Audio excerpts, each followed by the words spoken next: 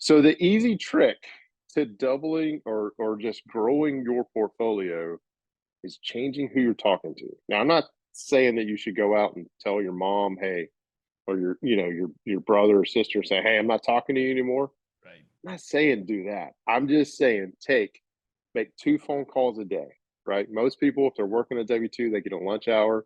This is not going to take you 30 minutes to do. You're going to call somebody, you're going to talk to them about those things that are where we're focused on growth. Welcome to the How to Scale Commercial Real Estate Show.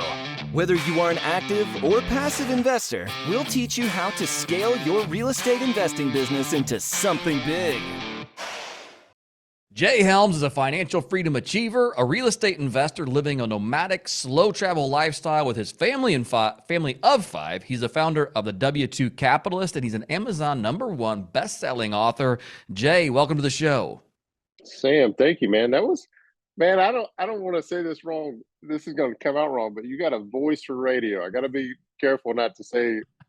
A Somebody face. told me once you got a face for radio. I think is what it was. It's I, like pr- I I probably got that too, thank man. you. You can hurt my feelings. It's all good. That's awesome. Thank you for having me. Absolutely. The pleasure is mine, Jay. There are 3 questions, however, I ask every guest who comes on the show. In 90 seconds or less, can you tell me, where did you start? Where are you now? And how did you get there? Yeah, so where I started, like most people who I put in the sophomore level, we started with a single family buy and hold, just one bedroom, one bath rental property. My wife and I bought with a home equity line of credit, and we have scaled up from there. We've done almost anything and everything that does not involve wholesaling and flipping. Although we've lived in a couple of live-in flips and burned a couple of properties, we've joint ventured GPs, LPs.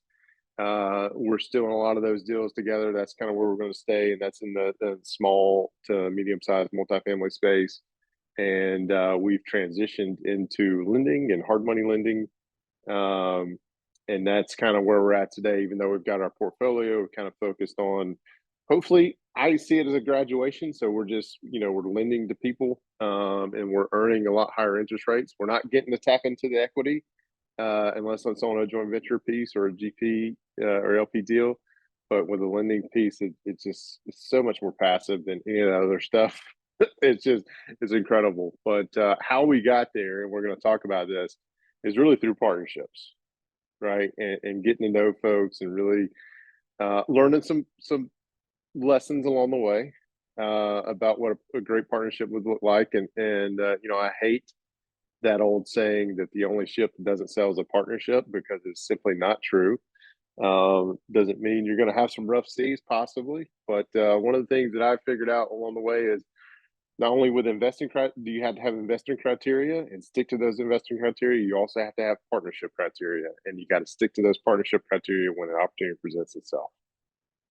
Man, that's great. That's absolutely great. There's a lot of questions I have probably about kind of that story that you told us, from doing single family residence, live-in flips, small to medium sized multifamily. And there's a lot of management, I think, that goes into that. Maybe we'll get to that Yeah. partnership side of things. One of the things that, you and I talked about, obviously, before kicking off this show, was really talking about a growth trends exercise, which you kind of Yeah. defined as something that I think it's been instrumental in how you've gotten to where you are now. So before we cover those, finer points in your story, maybe we can start there on that growth trends exercise and just tell our listeners what it is and how it Yeah. applies to them and you. Yeah, and so for clarity, let's give credit where credit's due. I did not create this. I stole this from Hal Elrod, who most of us probably know is the author Right. of the Miracle Morning series. And so Hal does this thing where, um, and I heard it from a third party. It doesn't matter where I heard it from. I heard it from somebody else. It wasn't strictly from Hal, but basically, you take out a piece of paper, right? Doesn't matter how big, just 8.5 by 11, and you draw 2 columns on it, right? The left-hand column you're going to label as growth friends, and the right-hand column you're going to label as maintenance relationships. And I do this exercise with almost everybody who comes to me and says, "Jay, I'm having trouble growing. I don't know what's going on. I'm doing the things like all the stuff that people on the podcast say to do. I'm doing those things. I'm not growing, but I bet you're not doing this." So here's the exercise: is you get out your phone, right? You got your sheet of paper, you got growth friends and maintenance relationships. For this exercise, we're going to define what those two categories are, right? Growth friends are people who talk about investing in real estate, building wealth, having a better financial future for yourself and your family. How do you grow your net worth? You're talking about growth, right? In the things that are important to you. In this case, real estate investing. Everybody else, for the sake of this conversation, falls into a maintenance relationship category. Okay. I don't care if it's your mom, your dad, your brother, or sister. Everybody else falls into that maintenance relationship category. Sure. Okay. Now, and I don't know where my phone is, but I was going to show it, like, grab your phone, right? Grab your phone. You scroll to your most recent phone calls, right? And you're going to go through the top 25, maybe 30 most recent phone calls. And you're going to put folks, based on those definitions we just talked about, in one of those two columns. Just write down their first name or their initials, basically. Once you've done that, now you're going to go to your text messages, because if you're like me, most of your conversations, or a lot of your conversations, are happening over text. I was playing Halo with my son last night, and I'm getting a text from one of my partners. Hey, I found this 12 unit, and so my son and I were swapping the controller. We're taking turns in Halo, and while he's doing his turn, I'm sitting here trying to underwrite a property on my phone, as we're doing it.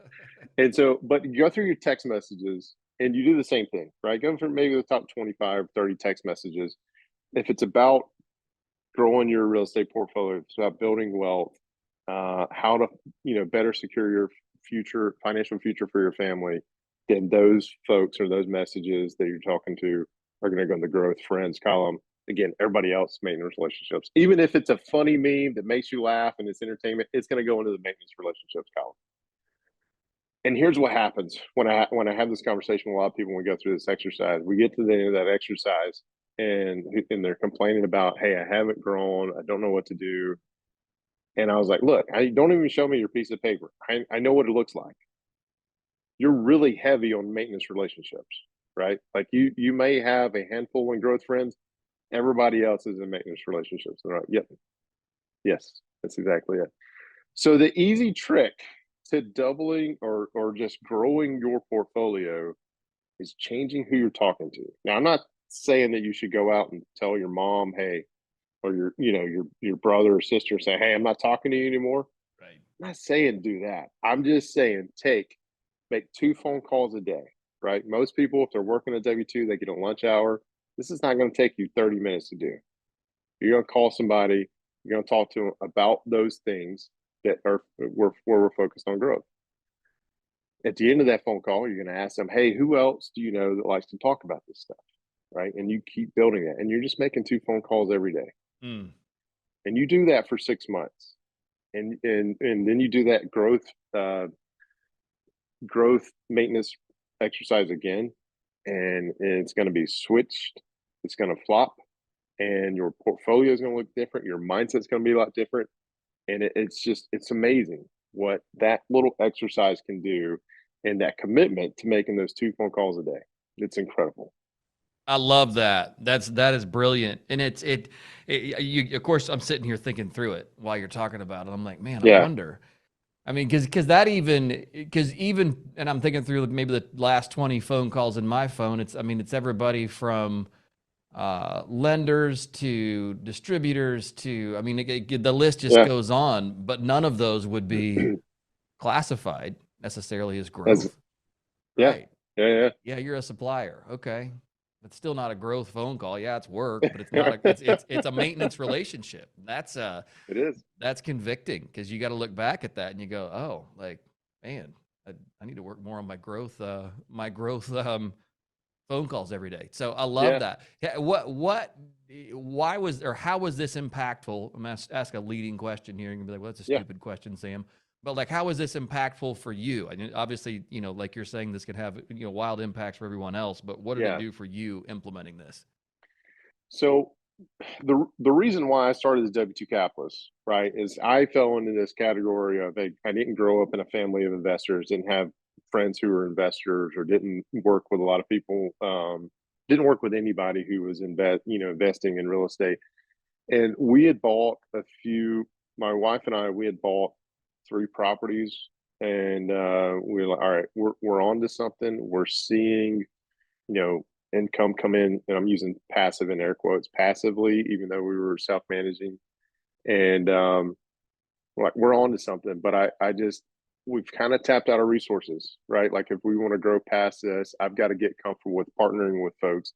And how do I do that? So I started reaching out to folks, and I started, changing the conversation, and come to find out there was a lot of people just like me who fell in the same boat, right? They didn't have friends or family who were interested in investing. Matter of fact, they looked at them like they were crazy, and it was like, hey, let's start having these phone calls frequently. Like, I want to talk to you, Jay. And I was like, I want to talk to you because I'm getting excited just having this conversation. And so that just kind of kept steamrolling into what we now know as the W2 capitalist community. And you're talking about, I get challenged on this sometimes when I ask people to go through this exercise. I'm like, all right, let's go through your phone, Mr. Hotshot. Like I was like, all right, let's go through my phone. I have no problem, and I'll go through it. And it's like mastermind member, community member, banker, and it's all these things, and I can go through almost every one of the conversations is about growth and about how we can grow our portfolio. Matter of fact, so we're recording this at 1:30. I got up around 6:30 this morning, had about an hour to myself, had about 30 minutes lunch, and we homeschool our kids, everybody's home. And so I've had about 30 minutes of interacting with them as I go to the bathroom or whatever, take a water break or whatever. And so there's a couple of hours where was that about 3 hours or so since I got up? Roughly. And the rest of the time, it's been on the phone with partners. It's been on with other investors who are looking to grow, and just constantly. And I get more out of, and a lot of them don't understand this, but I get more out of folks when they call and complain and say, "Hey, I'm having trouble growing." And we kind of walk through it. I get more out of those conversations. They probably do, and they don't understand that. But it's just regurgitating and reciprocating what we've learned in the past, and it also serves as a reminder because I started this process a long time ago and I drifted from it, right? Life got busy. I still had a W-2, and we kind of got stuck in this spot where we're like, I'm not really growing. Right. And it took a mastermind member who came in. He was getting really excited, had a lot of momentum. I was like, what are you doing to get this momentum? What are you doing? He goes, man, I'm making 2 phone calls every day at lunch. He goes, it's something you taught me a couple of years ago. I was like, oh yeah, I did. Okay. So I was like, I drifted from it, right? And we all do that from time to time. And it was a good reminder that it really comes down to who you're talking to and who you're spending your time with. Now, I don't mean that, you again, you don't kick the family to the curb, but you just change your conversations that you're having. Yep. No, I love it. That's fantastic. Fantastic insight. And it's easily implemented, but difficult to do. Is that the right way to say Well, that? yeah, you're correct. It's the discipline to do it. And even today, like I know, like I have time blocks on my calendars to make sure I connect with a certain amount of people a day. There are days when that reminder goes off. Hey, you got to make 2-3 phone calls. I'm like, I'm just not feeling it. I'm not feeling it. And some days I'll skip it, and then some days I'm reminded of this line from oh man, I can picture his face. Extreme Ownership guy, Jocko Willink, is that he's asked, on days where you don't feel like going to work out, what do you do? And he goes, well, I go anyway. Right. Because at least I'm going to go through the motions, and so I am not perfect in making my phone calls and doing my reach outs, but I am consistent enough where it's producing an incredible result, right? Yep. Incredible enough for me to come on here with such passion and energy to make sure your audience is doing the same thing, because it really is the key to growing. Otherwise, rewind back to where we just had those 3 properties, and we were buying about 1 property every year, maybe. And there's no way we could have grown the way we have with just, because basically what we're doing is we're taking the earnings from those properties, putting them into an account, taking some savings from my W-2, combining all that up till we had enough for another down payment, going to buying another one. So it took us about a year, right, to do it. And man, there's just no way. There's no way we would have been able to get to where we are doing that.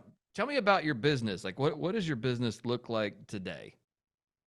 Yeah, so that's an open-ended question, right? So which business? W2 capitalist, our portfolio, like which one? Whichever one you want to talk about, or both.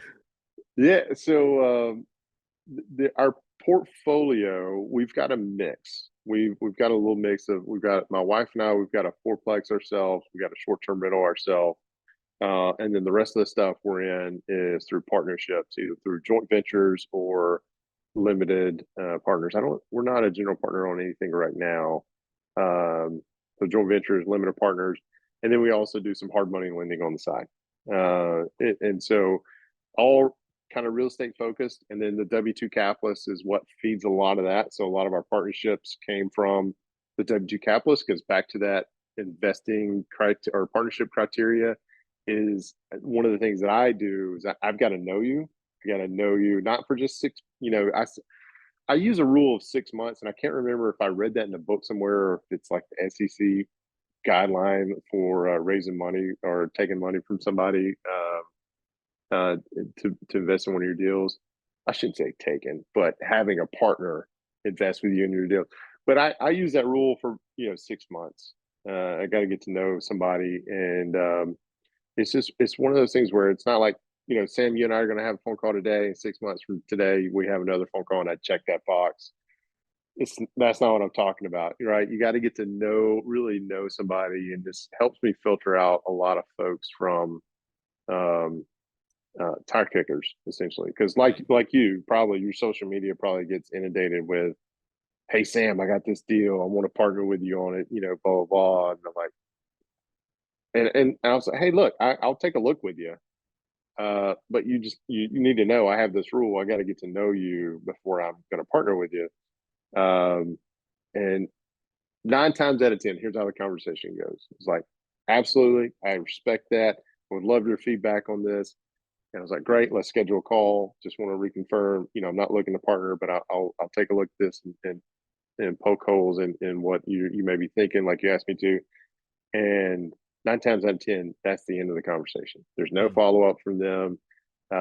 They tell me they're okay with that guideline that I've given them, and they don't do it. The ones that do, we've had a really solid run, right? They ultimately end up joining the W2 capitalist community because they know there are other investors in there like me, and there's just been so much wealth and so many partnerships have been developed through that. It's just incredible. So it's kind of this whole circle. It's where the earn, invest, repeat tagline comes from, right? Right. Right. No, that makes sense. So if I get the picture correctly, the proceeds from what you guys do in the W2 capitalist, you then feed that back into your current real estate business. How did you Correct. start? Tell me about the W2 capitalist community, how you started it. Like, how did you get that off the ground? Because that's kind of, I mean, it seems like a massive undertaking. It is, and we have 3 kids who are 9, 6, and 4, and so when we launched that, it was just a little over 5 years ago. So they were 3 and I can't even do the math 8, right. 5, and 3, 3. 1, and not Oh, maybe not even on the way yet. oh, this isn't last year. And This is how many years ago did you say that was? 5 years ago. Got it. Okay. So yeah, 4, 4, 1, and not on the way yet. And we started with one. It was me and a couple of guys. It was one phone call a week. We did it over Zoom, and I think we originally connected on some Facebook group, matter of fact. And so it really just started from there. And it was just, hey, let's get together, let's talk. There's no agenda. You, you I kind of found myself in the space. I know what we were pregnant with number 3, and my wife had some complications along the way with each of them. And so we had a local RIA. I don't like going to in-person meetings. I'm growing it. Being an entrepreneur has pushed me out of my introverted personality. It's pushing me out of that. But 5 years ago, I didn't want to be in a room full of people I didn't know. Right. And so the good thing is I'd been working from home for about a decade prior to that. right? So I was extremely comfortable. I was Zooming before Zooming was cool, and I know that ages me, but I'm okay with that. But it was, it's one of those things where I was like, all right, I had joined a virtual mastermind. It wasn't dealing with investing. It was more of a how to become a better father and how to be, a better husband kind of thing.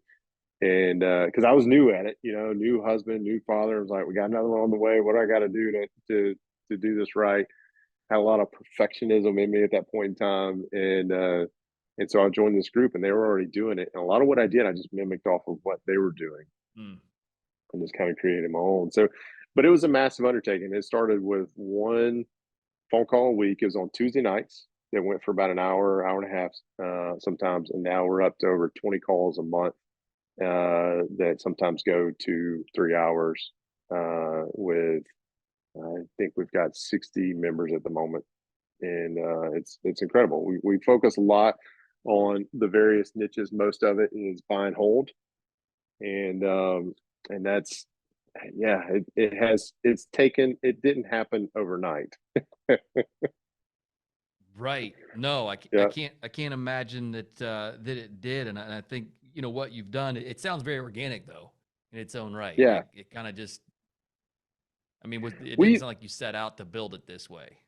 It didn't, and one of the things, the hard when I mentioned hard money lending, that came out of listening to members in the community. So, um, 2 years ago, I kept hearing, we had members in our community, they didn't know how to navigate hard money. Mm. They didn't have connections to private money, and quite frankly, I didn't either. I've never used either one of them.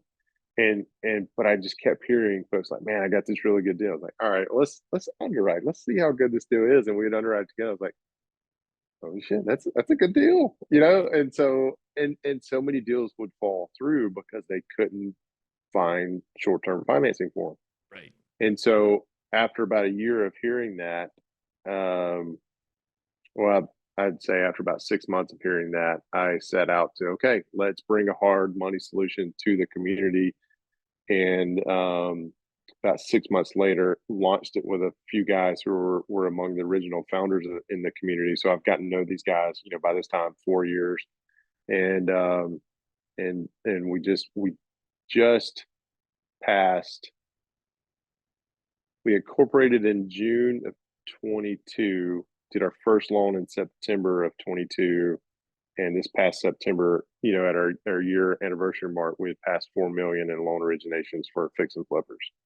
So Wow. it's just a constant kind of, all right, listening to those folks. What do you need? All right, let's go out and find it, or let's figure it out right now, what we can do for that. So it has grown a lot organically. I've spent a lot of money on ads, and it just never works. And so I've completely abandoned that for now. Right. So Right. It's funny you say that. I've got yeah, well, back when we were doing single family and doing a lot of fix and flip, there was a guy here in Memphis that I borrowed, quite a bit of money from. But he'd always tell me, he's like, don't tell anybody that I do hard money lending. That was kind of his thing. He's like, I loan to you and about 5 other people, and otherwise keep it quiet. I'm like, all yeah, right, I'll do yeah, that. So, it kind of, but at the same token, I think, when you're in the hard money lending space, like, you really have to know who you're working with.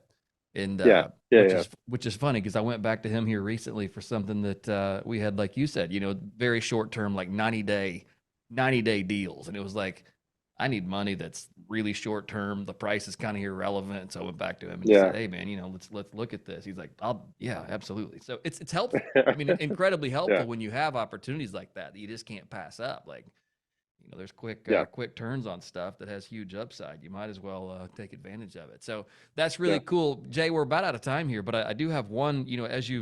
As you've done all these different things, as you've done the variety of real estate investments, as you've grown your W-2 capitalist, what are some things maybe over your real estate investing career, or otherwise, if you wish to share on that front, that maybe you would do differently? That was, some things you said, man, this was either a misstep or something I had to learn the lesson the hard way. Yeah, so while we're called the W-2 capitalists, it was because I had a W-2, right? Mm. And I was whatever wages we were living off that, and then taking part of our savings and whatnot, investing. I would encourage and I got laid off during COVID, right? I was running the sales team, and I got laid off, and at that moment, it was the most fearful but best kick in the pants I ever received, and I envy people who can make that decision on their own, right? And it takes, it took my while. Like I got the call from my boss, and I'm sweating bullets over here. Got cold sweat, and I finally collect myself. I go to my wife because that time we had a 5, 3, and a 1-year old, Mm, right? And I'm yeah. like, all right. And so I go to her and I tell her, hey, here's a phone call I just got. Here's what's going on. And she says, great. Now we can go travel like we've been wanting to do. And I'm like, time out. Like I gotta absorb, this 6-figure income that just evaporated. Like we gotta figure out what we're doing here. And so it took her like really planting that in me and saying it, and it took me about a year to warm up the idea and to realize, okay, we're going to be okay financially. Like I'm getting outside of my comfort zone, doing, traveling, getting out of being a homebody. It's really, and I say all that to say it took her and her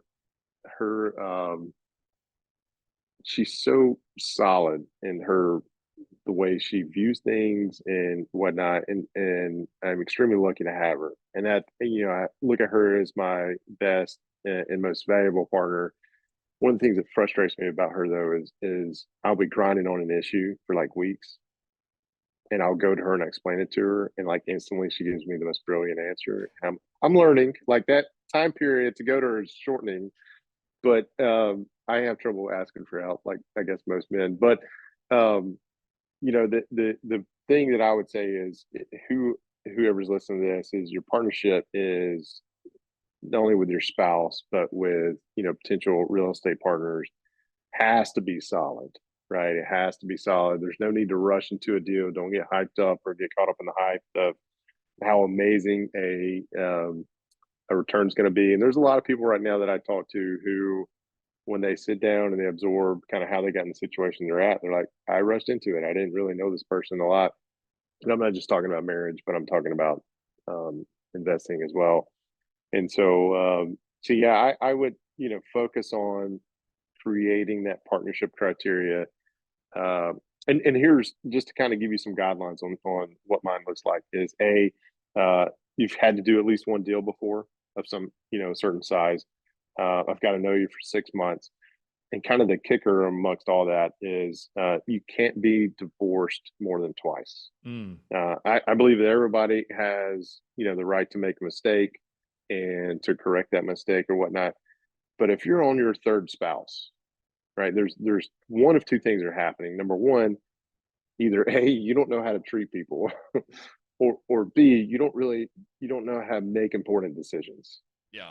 And there's plenty of other people I can partner with, and I know those are my criteria, and I know that it's probably going to make a couple of people mad, but just I want to provide that as a guideline. As you're sitting down thinking about your partnership criteria and what that should look for, it could be very very similar, or something along those lines. I love it, man. And that's hard truth right there that you're sharing. And Yeah, so, if you're listening to this and you just got upset by that statement, you know what? It's reality. And sometimes, hard truths they just are what they are. They got to speak for themselves. I had a friend of the family growing up, and this is it, he always told me, he said, Sam, if you want to really know somebody, he said, look at the way they treat these three things. He said, mm, look at how they treat food, look at how they treat mm. sex, and look at how they treat money. And he goes, and once you have a clear picture on those three things, you pretty much know the man. And I'm That's like, good. that's I like really interesting. it. Food, sex, and money. Just look at those Yeah, three. And I'm like, all which right. is which is almost all of Maslow's hierarchy of needs, or at least the baseline, right? Right. That so that's interesting. Yeah. Anyway, yeah. So it was an equally as like, a statement you had to think about for a minute. Like, okay, Morton divorce. Yeah, well, I guess that makes sense. Because Yeah. anyway, on all that front, that's a good time, Jay. I've really enjoyed you coming on the show today. Certainly appreciate your insights and what you shared with us today. If our listeners want to get in touch with you and learn more about you, what is the best way to do that? So the best way to do it, I offer my cell phone. Now this is my phone number, and so if anybody, because very few people take me up on it, and the ones who do, I think enjoy it or whatnot. But just text me. Don't call me because I have my phone set up that if you're not stored in my contacts, you're going to go directly to voicemail and it's probably full. Right. So just text me, and it's 205-249-0248. Perfect. We will include that there in the show notes. Jay, thank you again for coming on the show today. I certainly appreciate it. Thanks for having me, Sam. Appreciate it. Hey, thanks for listening to the How to Scale Commercial Real Estate podcast. If you can do me a favor and subscribe and leave us a review on Apple Podcasts, Spotify, Google Podcasts, whatever platform it is you use to listen, if you can do that for us, that would be a fantastic help to the show. It helps us both attract new listeners as well as rank higher on those directories. So appreciate you listening. Thanks so much and hope to catch you on the next episode.